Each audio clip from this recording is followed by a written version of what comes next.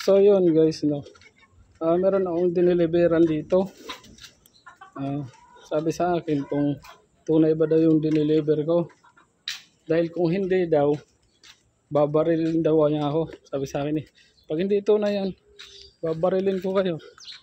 Hindi ko alam kung husto sa tapang o husto sa yabang eh. Makapagsalita, akala mo kung sino eh.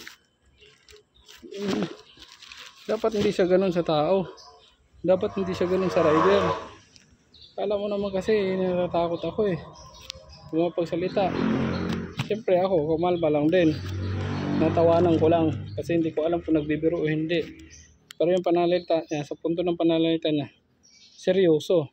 Pero kung may iba-ibang rider yan, na hindi niya kilala, talagang matatakot. Dapat hindi siya ganun magsalita sa rider na nagde-deliver. Ang sagot ko pa nga sa kanya eh, hindi ko alam kung tunay eh, kasi taga-deliver lang naman ako. Malay ko ba kung ano yung in-order niya, di ba?